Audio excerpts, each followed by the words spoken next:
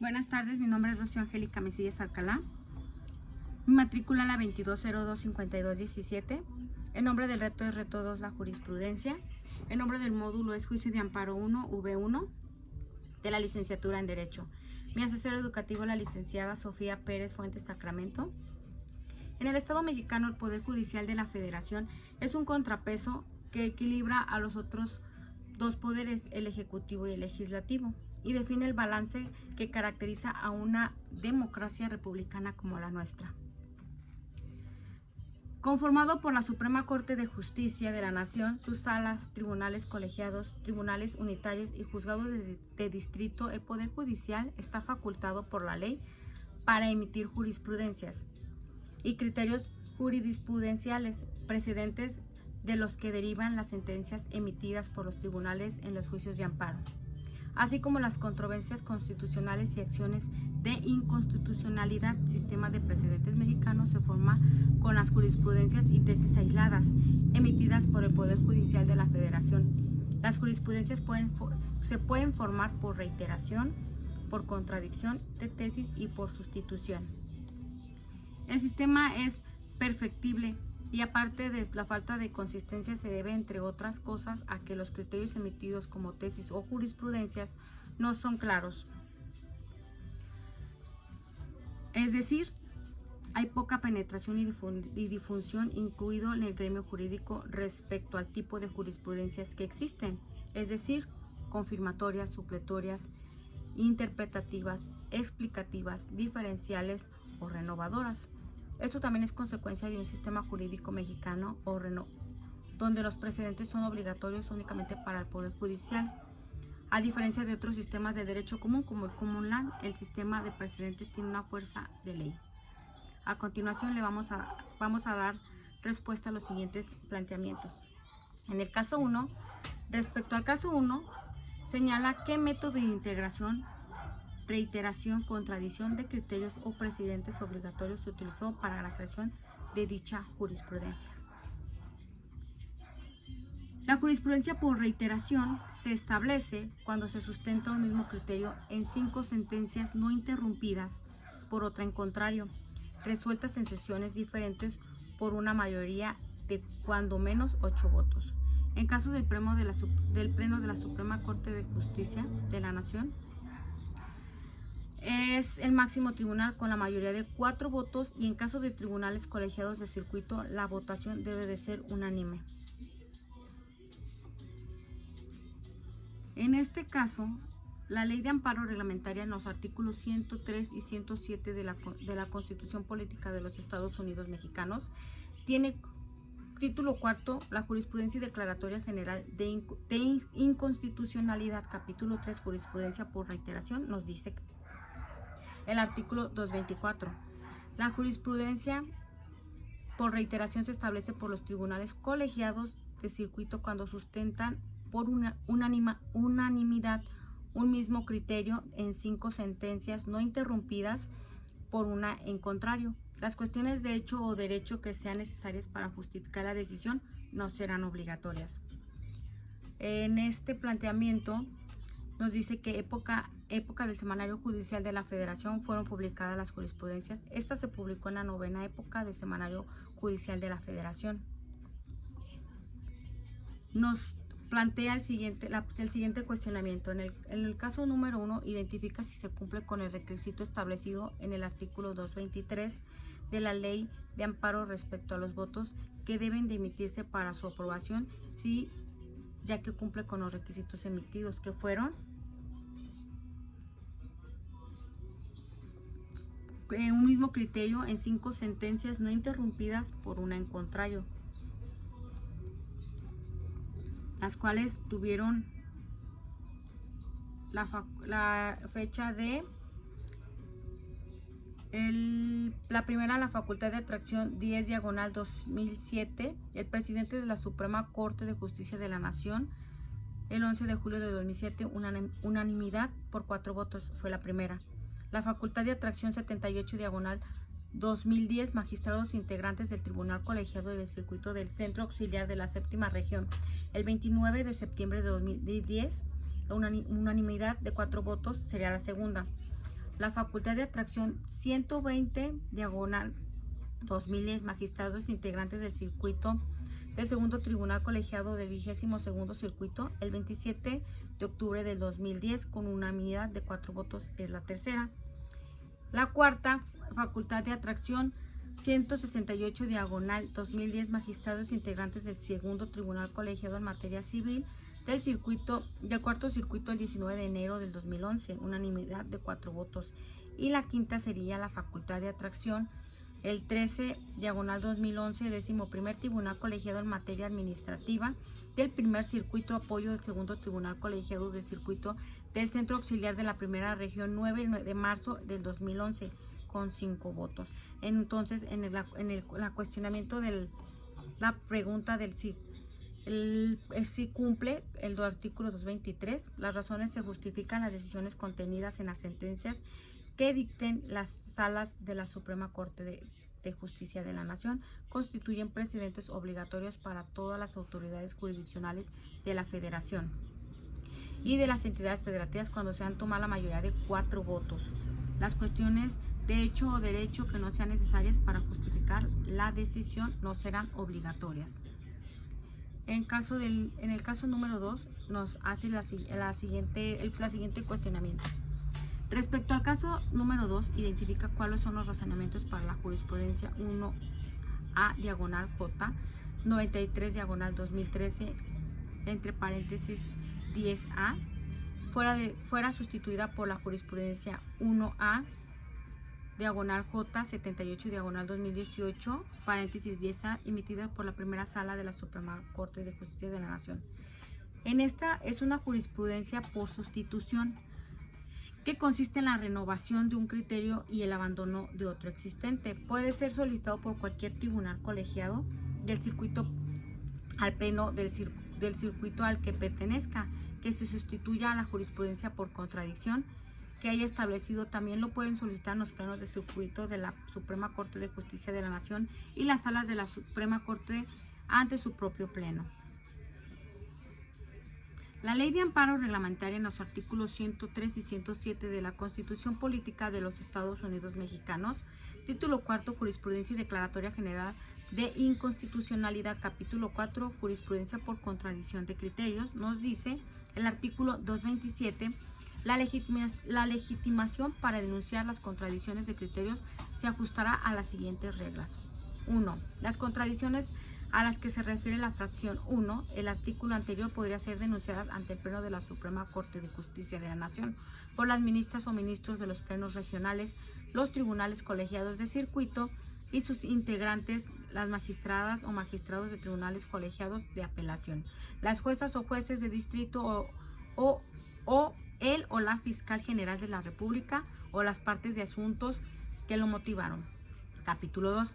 Las contradicciones a las que se refiere la fracción 2 del artículo anterior podrían ser las denuncias ante la Suprema Corte de Justicia de la Nación por las ministras o ministros de los plenos regionales o tribunales colegiados de circuito y sus integrantes que hayan sustentado los criterios discrepantes y la fiscal general de la República, los magistrados o magistrados en el Tribunal Colegiado de Apelación de Juezas o jueces de distrito o las partes de asuntos que lo motivaron. Capítulo 3. Las contradicciones que se refieren a la fracción 3 del anterior podrían ser denunciadas ante los plenos regionales por la o el fiscal general de la República, los mencionados tribunales sustentos, las magistrados o magistrados y tribunal colegiados de apelación de jueces de distrito o partes de los asuntos que lo motivaron. En esta es la tesis 1A diagonal J 78 diagonal 2018 entre paréntesis 10A. En la jurisprudencia común penal nos dice sistema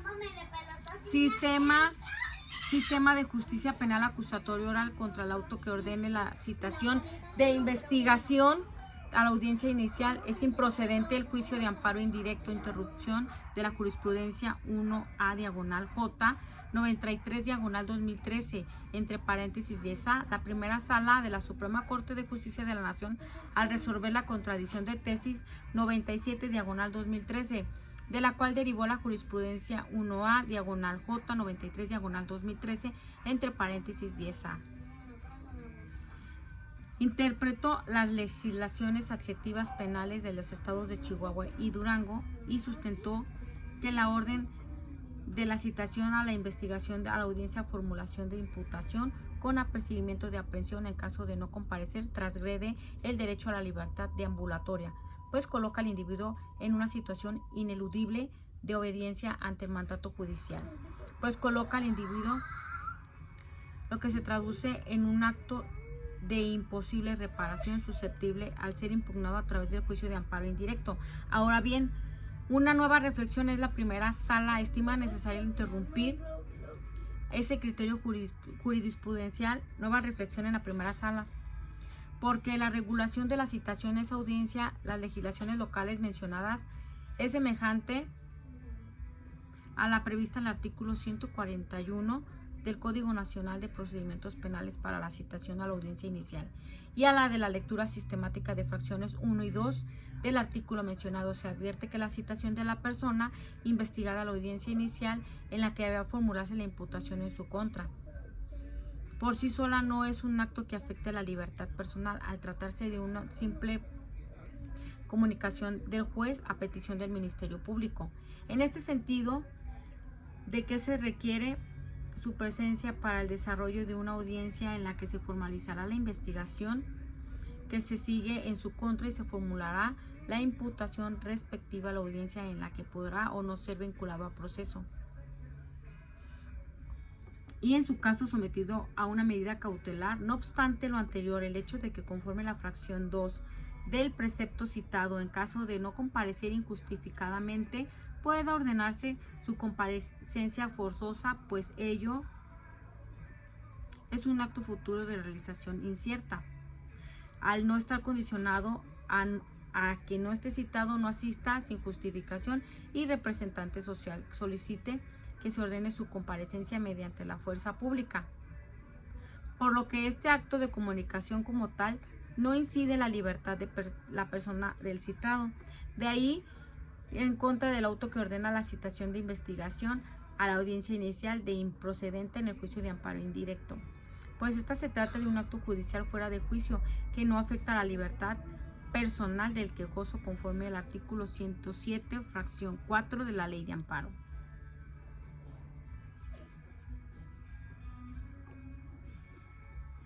En este siguiente nos pregunta: época del semanario judicial de la Federación que fueron publicadas las jurisprudencias. Esta se publicó en la 10ª época del semanario judicial de la Federación. Vamos a dar continuidad con el caso 3, que nos pide señalar para qué autoridades es obligatoria la aplicación de dicha jurisprudencia. En este caso, la jurisprudencia por contradicción de tesis se establece para dilucidar o resolver criterios discrepantes o contradictorios en las salas de la Suprema Corte de Justicia de la Nación entre los plenos de circuito, tribunales colegiados del circuito. Cuando se trata de contradicciones entre las salas de la Suprema Corte, lo resuelve el propio pleno. En caso de discrepancia entre los plenos de circuito, tribunales de diversa especialidad, así como los colegiados de diferentes circuitos, será resuelto por el pleno o las salas de la Suprema Corte. Finalmente, cuando la contradicción se presente entre tesis sostenidas en los tribunales colegiados de circuito,